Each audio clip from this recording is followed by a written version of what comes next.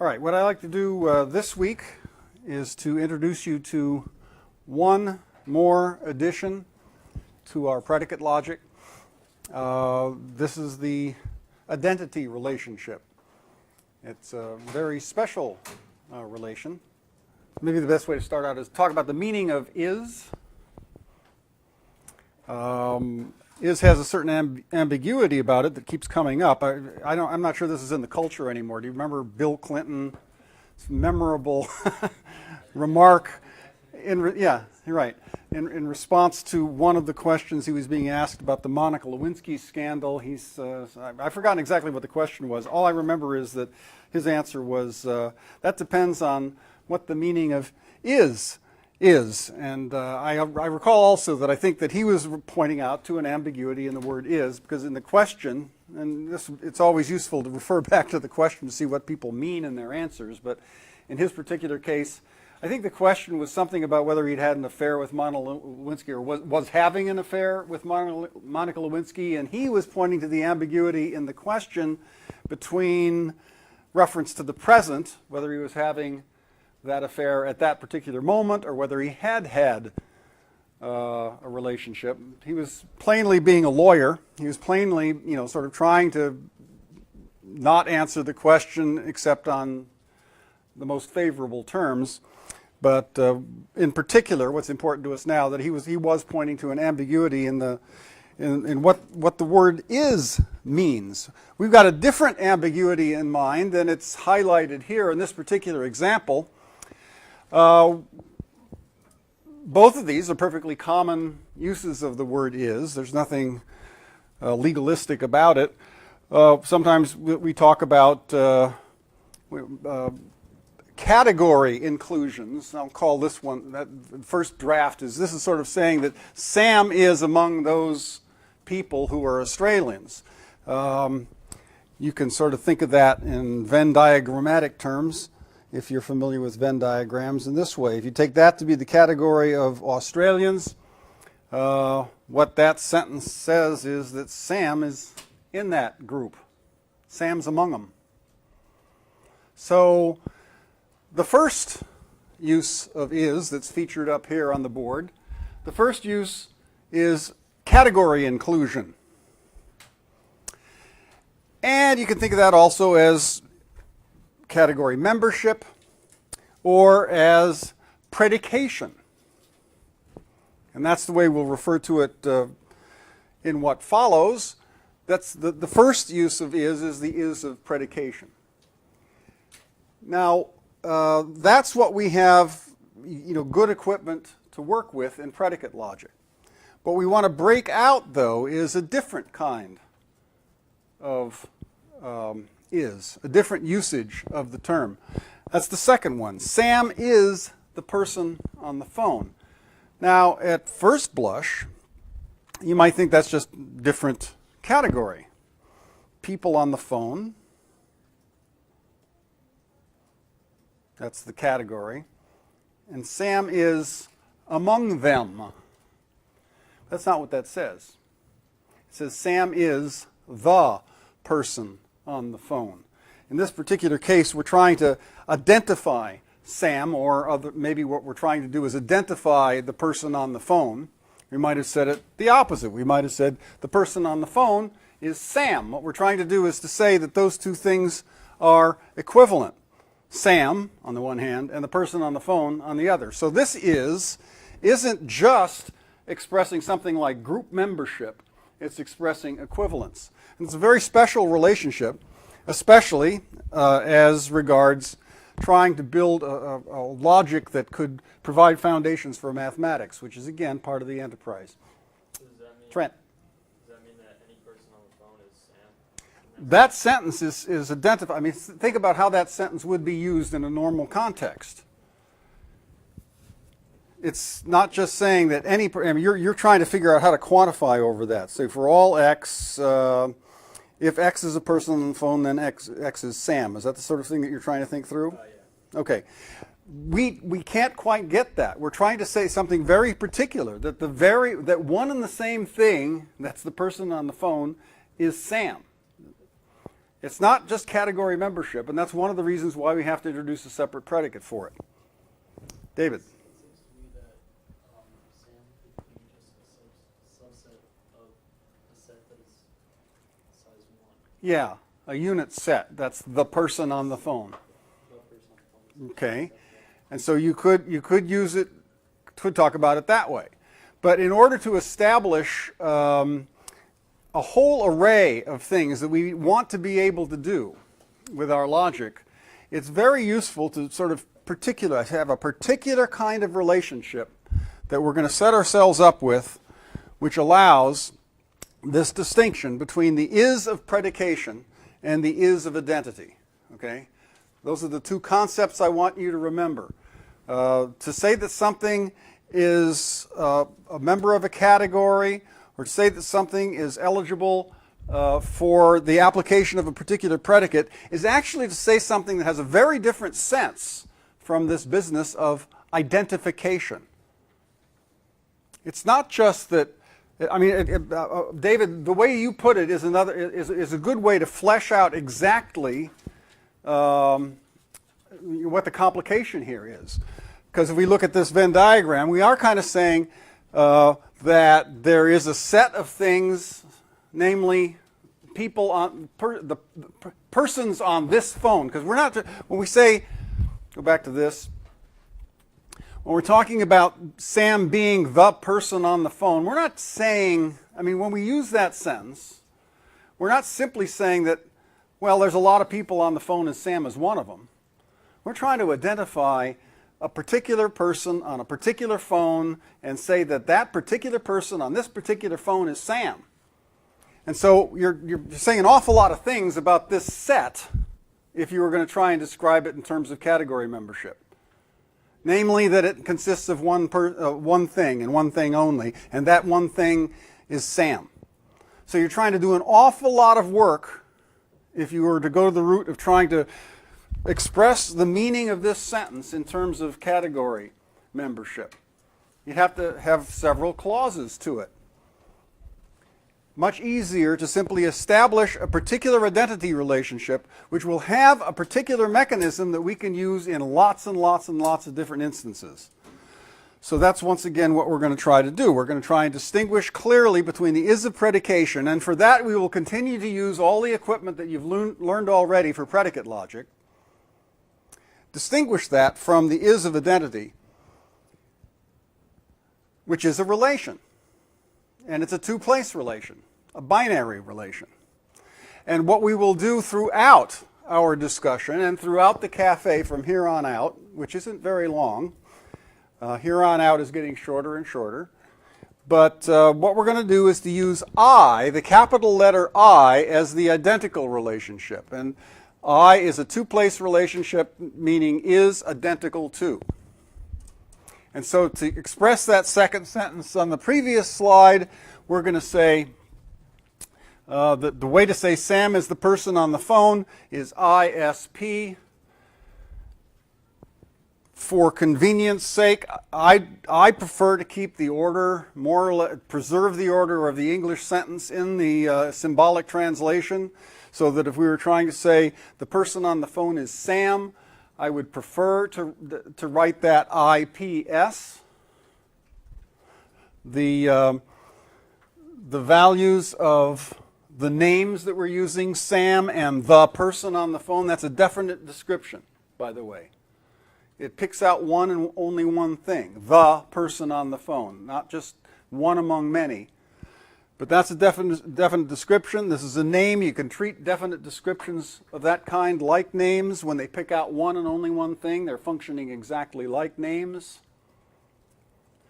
So you can do it that way. Sam is the person on the phone is to be symbolized in this way.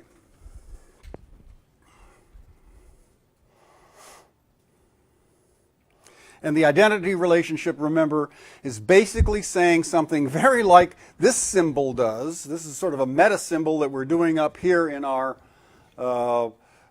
description of the domain and the relationship. It's very much the same as the equals sign is used in mathematics, except we're not talking about numbers here.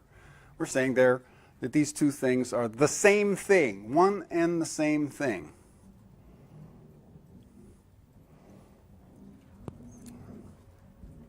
Okay, now it's pretty obvious, and I've sort of alluded to this, that capital ISP really says the same thing, logically speaking, as capital IPS, and we'll get a rule very, very soon. We'll get a rule that allows us to make that change directly.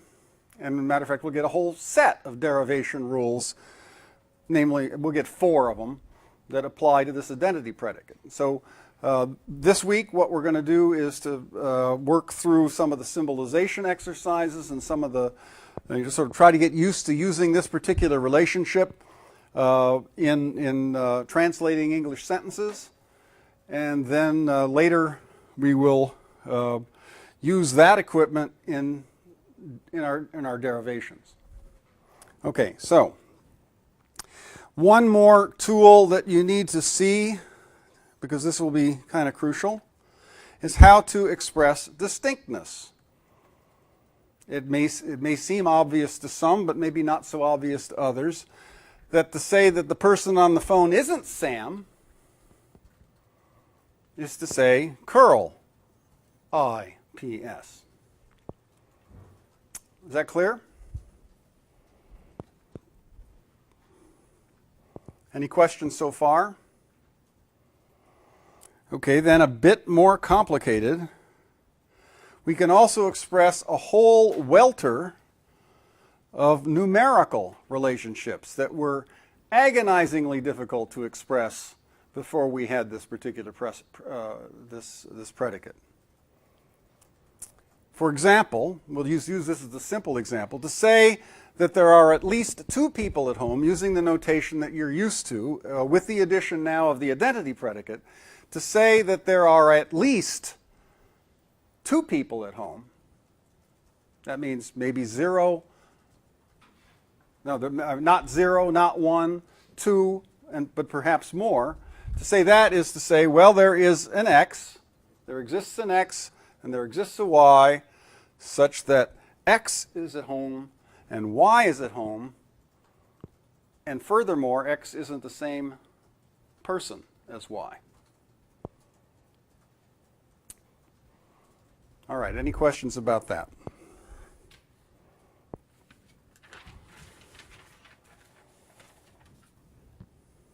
You're sure?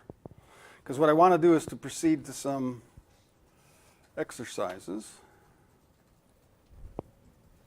The universe of discourse that you're to use for these 5 exercises is all people.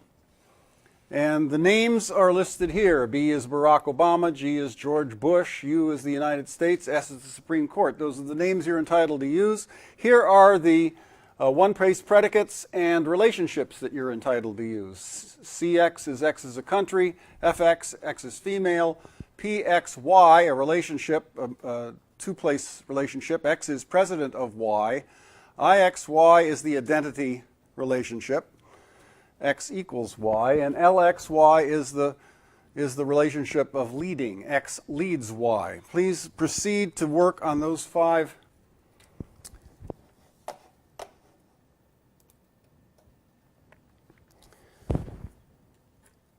Okay, Alex, what's number 1? PBU and not PGU. That's the simple one.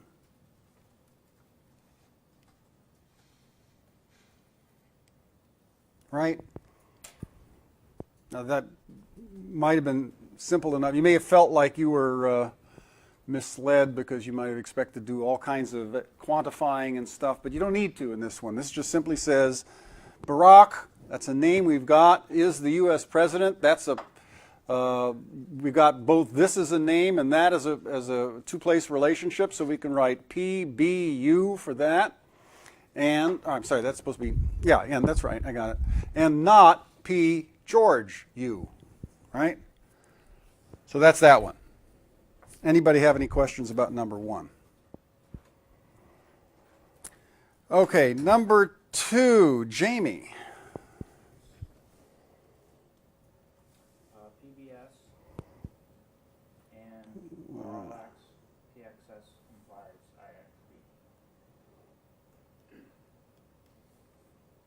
I'm running too slow. What did you say then after that?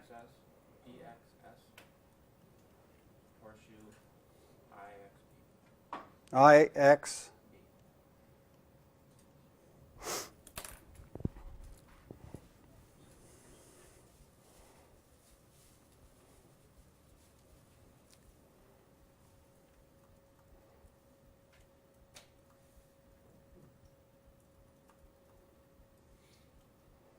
That's good. There's another way of doing that.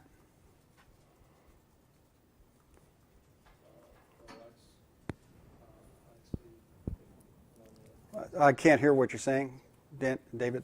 For all x. Okay, so this is all the whole Yeah. over the whole thing.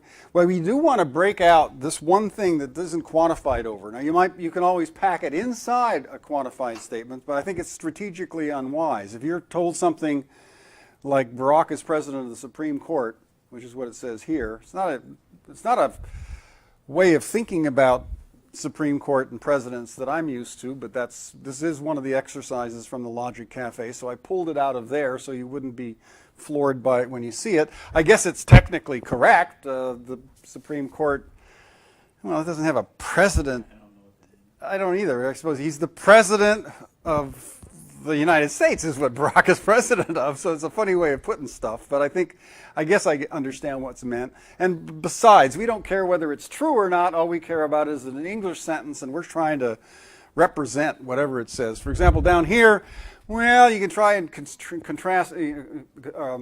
You can try and interpret number 3 as talking about, there's lots of presidents over time, and there's several ex-presidents. But I'm not used to thinking of it that way either. I'm used to thinking of there being one and only one president of the United States. The other ones are ex-presidents. But we don't care about truth or falsity for now. We're just trying to represent English sentences. So, but back to this. If you're told something like Barack is the president of the Supreme Court, I would represent that out here. Okay? However, you had another suggestion. So what I'm going to do is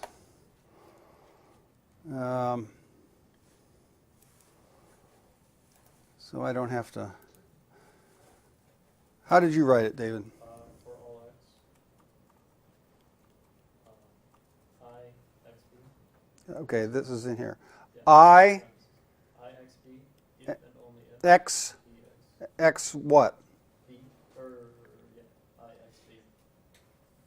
If and Okay, only something is identical to Barack if and only if p xs. if and only if. P xs.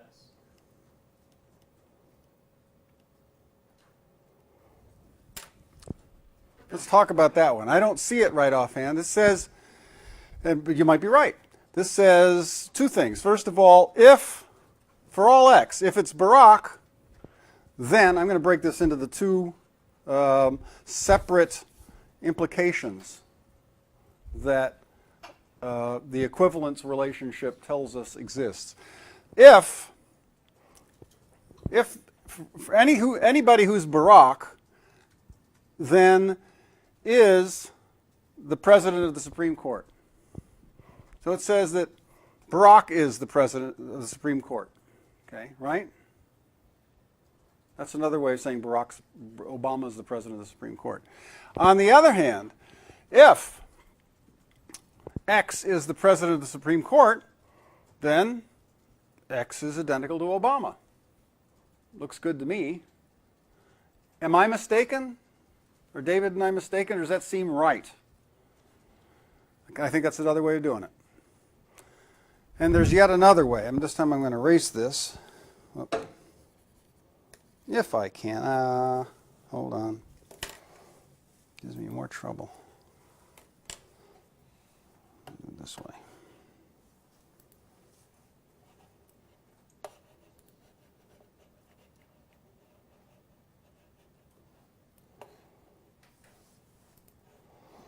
Okay. There's another way which just says, once again, PBS and not exists X such that X is the President of the Supreme Court and not I, X, B. Can't write very well with that pen. This says Barack's President of the Supreme Court and there's not anything else that's President of the Supreme Court and isn't Obama. Okay? And if you think about it, that just actually, through some quantifier negation and some use of De Morgan, that's just the equivalent of the first thing I wrote down, namely that. Right?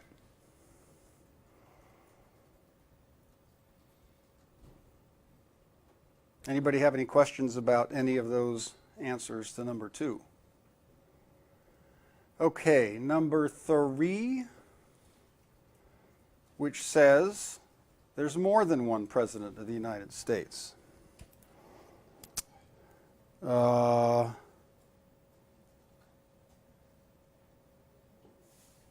see, who do I want to try?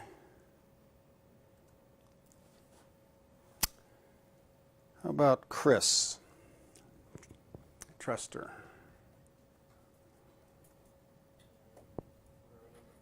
Yep. I got EX.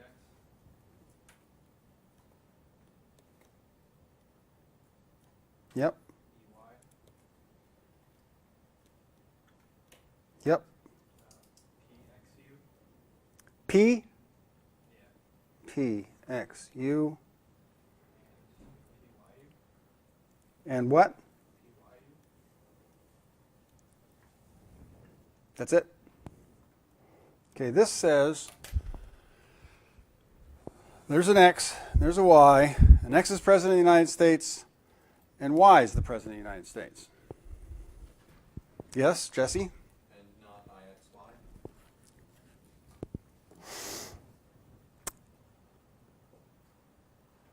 And that's what we have to add. And they're not identical. Because remember, we're just saying there's an X that's the president, there's a Y that's the president, and we have to belabor the fact that might seem obvious in our casual English usage, but we have to make sure that we say that X isn't the same thing as Y. That's what says that there are at least two different presidents of the United States. There may be more. This just says the force, again, remember, of the existential quantifier says there's at least one X such that, and at least one Y such that. X is president and Y is president. They might be the same, they might be different. That's why we have to clearly say that they are distinct. Once again, think like a computer. The computer would get confused if you didn't make that clear. And this is all a rigorous formal language, so it sort of works like a computer works. Any questions about number 3?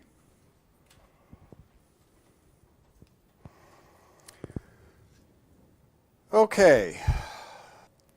Kimberly, are you logged into the system? There. Now I'm getting no, I'm not getting you on the system. There you are. I see you. Can you help us with 4?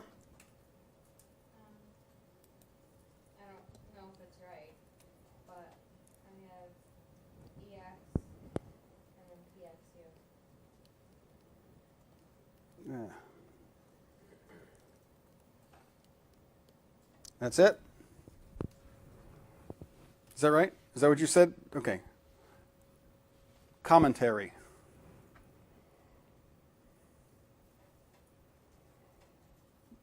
We're not getting the force of exactly 1. All we're getting is that there's at least 1. And we want to say not only, if we're saying there's exactly 1, we want to say not only there's at least 1, but there's at most 1 also. There's exactly 1, right? So we have to say a little more. Trent. Couldn't you then say PXU if and only if identical to XX?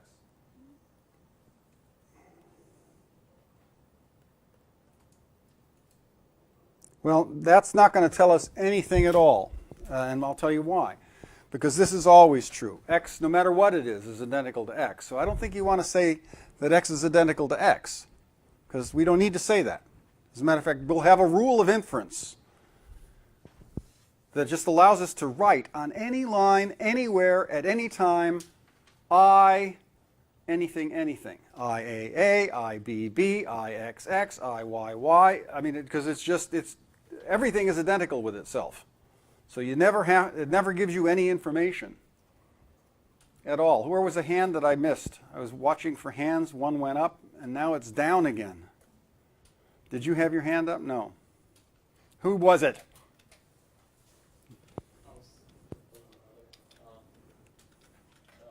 There exists an X such that for all Y. There exists an X such that for all Y. Okay. And open square bracket. Okay. Not IXY implies open parentheses PXU What? P-O-P-X-U. and not PYU.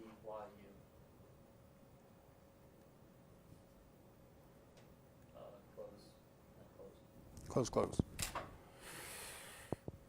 Okay.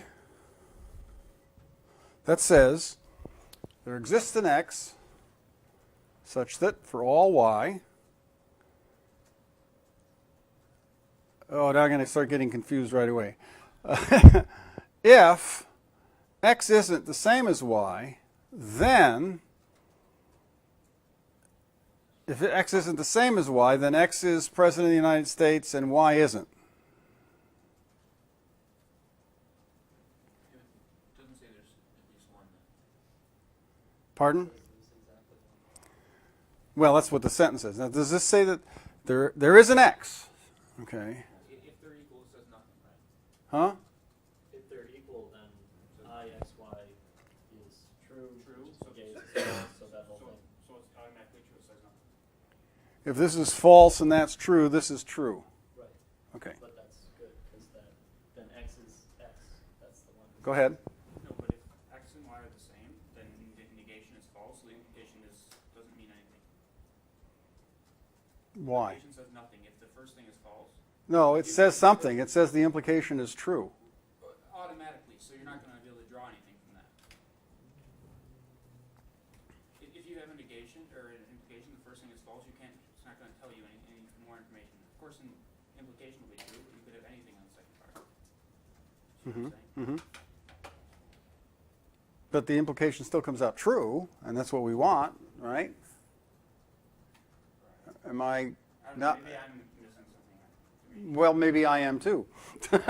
My intuitions are not serving me well on this one, and David's, maybe you can help us. This says, all right, let me see if I can wrap. Go ahead, you work on it, and then I'll try it again. Okay, so we'll just start with there exists an X. Yep. So that X. That's a person. There's a person. Yeah, there's a person where X and Y, every other person who isn't X, is not present while X is the person. Okay, so All about words. okay, this says, try it again. But in the case that X Is and Y are both, say, rock, then the identity will return true, which is negated, so that's false. The implication is then true, if true, then false. Or if false then true, or if false then we don't care what. false, We don't know what if the yeah. false, then anything is always true, so then it returns, the whole thing returns true regardless. Well, I will leave this. I mean, I'll try one more time, but my intuitions aren't serving me very well, and that's one of the things that bothers me personally when I'm working. Jeff. The problem with that is that just because they're not identical and you're getting the horseshoe to be true, doesn't mean that one is the president and the other isn't. Like if you It just means that if this, then that. yeah, but you're not actually proving the other side. And so like let's say your universal discourse was 3 people. Yeah. 2 of them were the president. Yeah. Then for let's say 1 and 2 were the president. So for 1 and then 2, you'd say, well, they're not equal. So 1 is the president and 2 isn't, but 1 and 2 could be. You're not saying that. You're just saying that they all aren't, essentially. Right, so say no one's the president. Would that, say no one's the president, right? Just to see if this would work, because then it wouldn't Yeah. be good, right? So no matter what x and y, say they're different, then the first part's true, then the second part will still be true, because you'll have... Because this just this just says that they're the 2 people are indifferent, regardless of whether they're presidents or not. Different. In the negation, okay, so then that would be false. Well, I don't feel. I think Jeff sees a problem.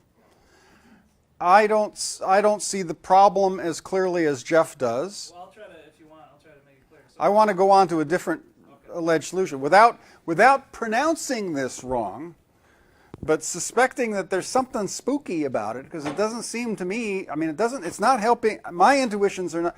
That's not necessarily a sign that it's false. My intuitions sometimes do not serve me well. That's why I love logic, because, like I can demonstrate stuff.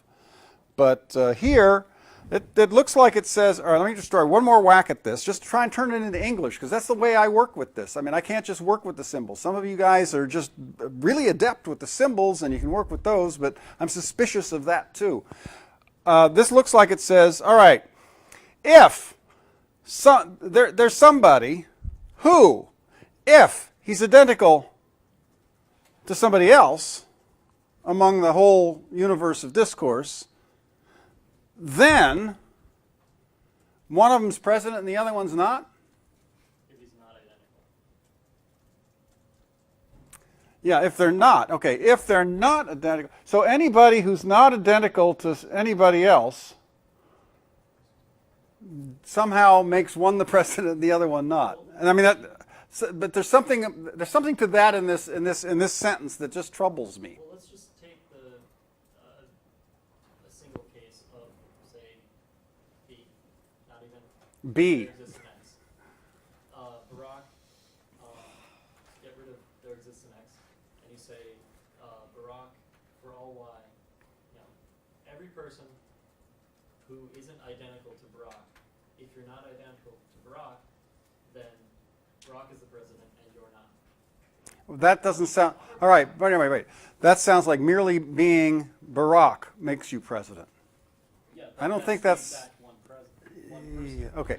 All right, look, let's move to a different... I mean, please, bring this to our attention in the discussion for this chapter. Especially if you think through the matter and say, look, no, I was right. Then bring it forth. You can also take it to this is one of the exercises in the cafe. You can take it to the cafe, see what it says, but you might not be satisfied with that either. Bring it to us, and we can also talk about what I think I would say certainly does work.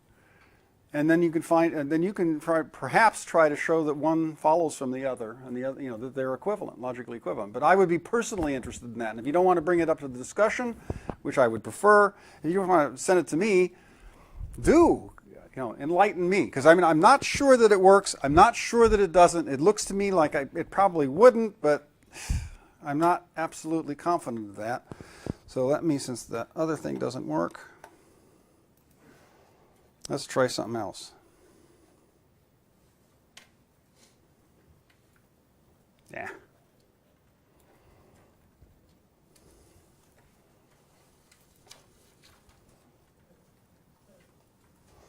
Let's try I will do this. Let's put a bracket here too. What I wrote down was PXUN for all Y if PYU, then PYU, then I XY. So this says there exists an X, such X is the we don't care about Barack now, right? Because there's no mention of Barack. There exists an X such that X is the President of the United States. So there's one. And furthermore, for all Y, if Y is the President of the United States, then X and Y are the same thing. It says that there's one and only one President of the United States. So there's exactly one. And it doesn't mention any particular presidents. It says there's one and only one President of the United States, which is what the sentence says. No mention of George either. And that seems to me to be right. Now, I don't know what your thoughts are. How many, those, look at that carefully. How many did that exact solution? One of the 17 alternative, because there's, there are going to be many alternative ways of doing this correctly. It's one of the reasons why we have to be careful about sorting through this. There isn't just one correct way of symbolizing any of these things. There are infinitely many wrong ways. So it's hard to sort through those. And where there's sometimes you can, sometimes I can see the mistake on the face of it, and sometimes I can't. So any questions about number 4?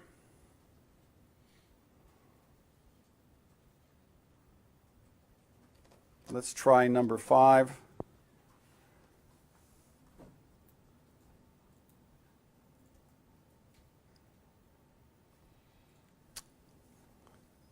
Stephen, you had trouble with some of these, I think. It indicates here you weren't clear on some of them, but how did you do 5? Did you get to 5? For 5 I had for all X, not PXU. Sure.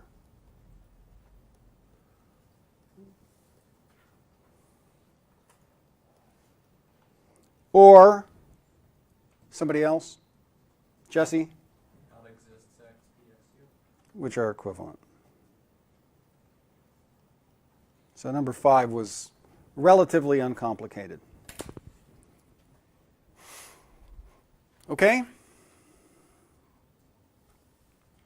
All right, you'll see these same exercises in the Logic Cafe. Let us go to one more set just to get you set up for what you will see there. The tutorials are extremely helpful. They explain this stuff in considerable detail.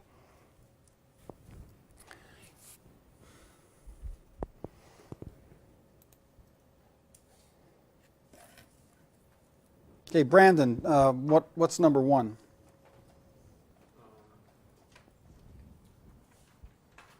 There exists an X and there exists a Y such that CX and CY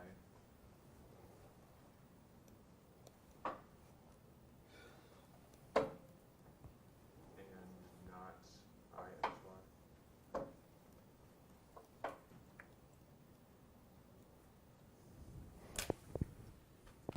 Looks good to me. How about any other thoughts? Are we wrong? Are we right? Looks good. And you could have said IYX. That would have been fine too, as will emerge. Okay, how about number 2, Jesse? I have exists X, CX. Is this going to have, tell me about brackets too. Any brackets there? I guess so, yeah. Okay, bracket. CX, horseshoe, all Y,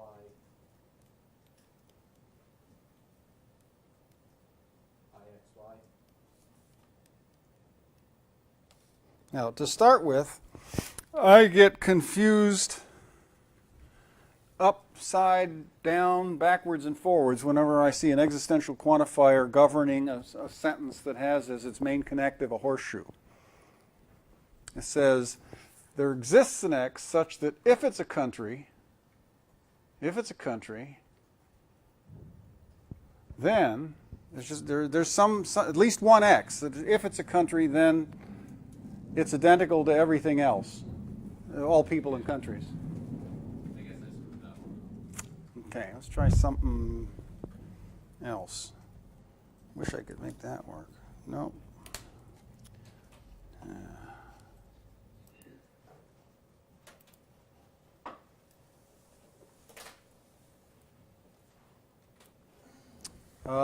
Somebody else want to volunteer? Trent? For all x, cx, horseshoe, not. Yeah, hang on, I got to do this. It keeps wanting to erase.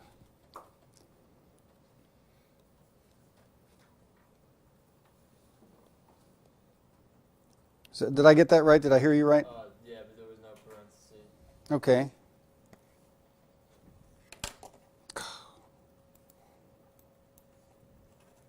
Go ahead. Tilde, there exists y, cy.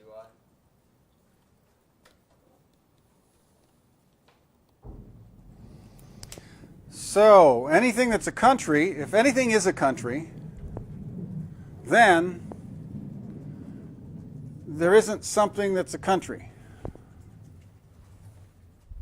Is that what that says? You would have to also say that y isn't equal to x. You would have to also say what, Jeff? Y isn't identical to x. Somewhere, but where would you say that? It says, so far, if anything's a country, then nothing's a country. It's not the case that there is something that's a country, it says over here. It says, if everything's a country, then it's not the case that there's something that's a country.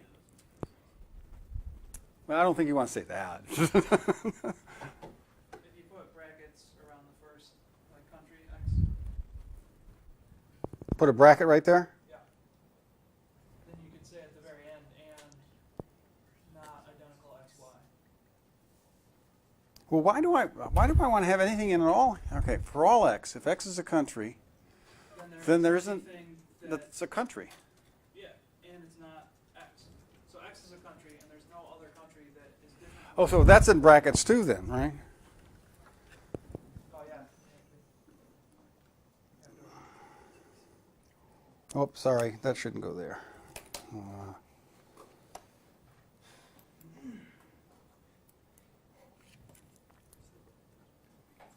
I think it goes out here. Am I right? Where's the bracket going to go, Jeff? Yeah. Oh,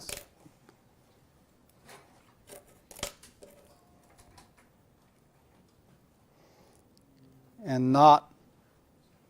Not IXY. Double close ones. Okay, so then bracket. Okay. So that says if anything is a country, if anything is a country, because it does say there is at most, so there might be none. If anything is a country, then it's not the case that there exists a Y that's a country. Somehow that existing scope needs to be. Yeah, how about exists? Maybe the not should be out there. Not the case that there exists a Y that's a country that isn't identical to Y. So all we have to do is move this out here. Is that the way it looks to you, Jamie?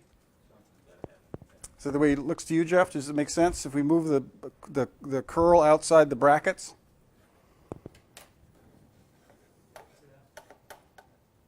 Well, we gotta get that CY and not IXY in a bracket, or else it's not within the scope of the existential function.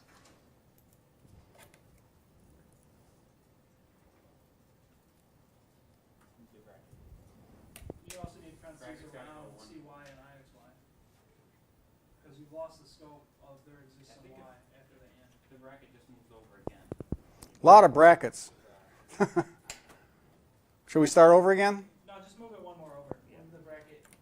Okay, inside delete that bracket that I just wrote. Just moved over. Right. Yeah. can. Okay. So, first of all, again, what I'm most, I find that I'm usually right about this. I'm not always right about this, but I have to be, if I see a universal quantifier, I'm really happiest if I find that it's governing an implication.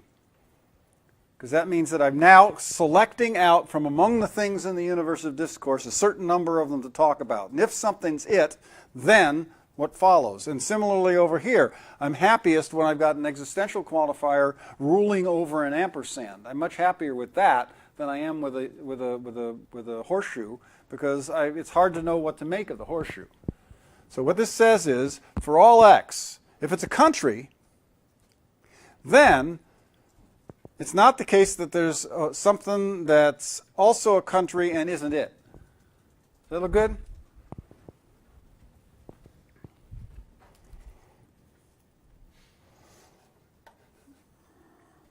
Okay, let me put down what I wrote. That was 2. I wrote, not the case that there exists an x and exists a y such that, that's a parenthesis, x is a country and y is a country and not xy. Come on.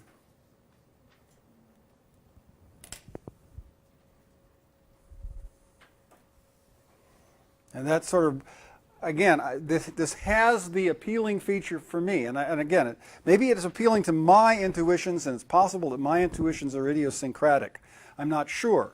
You do have to go with your intuitions. You can't go with mine, but my intuitions make this seems like it flows much more smoothly from the English. It's not the case that there is an x and a y such that they're both countries and they're not identical to one another. Somehow that flows smoothly out of that English sentence, where there is at most one country. But again, I don't know, I can't tell you, I mean, I'm not able to jump into your mind or anyone else's but my own, but it seems to me like that's the, if I had to use the word natural, and I'm very suspicious of that word too, but it seems like it's a natural reading of the English sentence. And all I can say to you is to try to remain true to what seems to be to you a natural reading of the English sentence. And if you're getting too far away from that, then that means that you're risking making it incomprehensible to yourself as well. All right, I'm going to let it go there because it's now 11:43. And next time, what we're going to do is talk about derivations using the new identity relationship, and there will be 4 derivation rules that you're exposed to.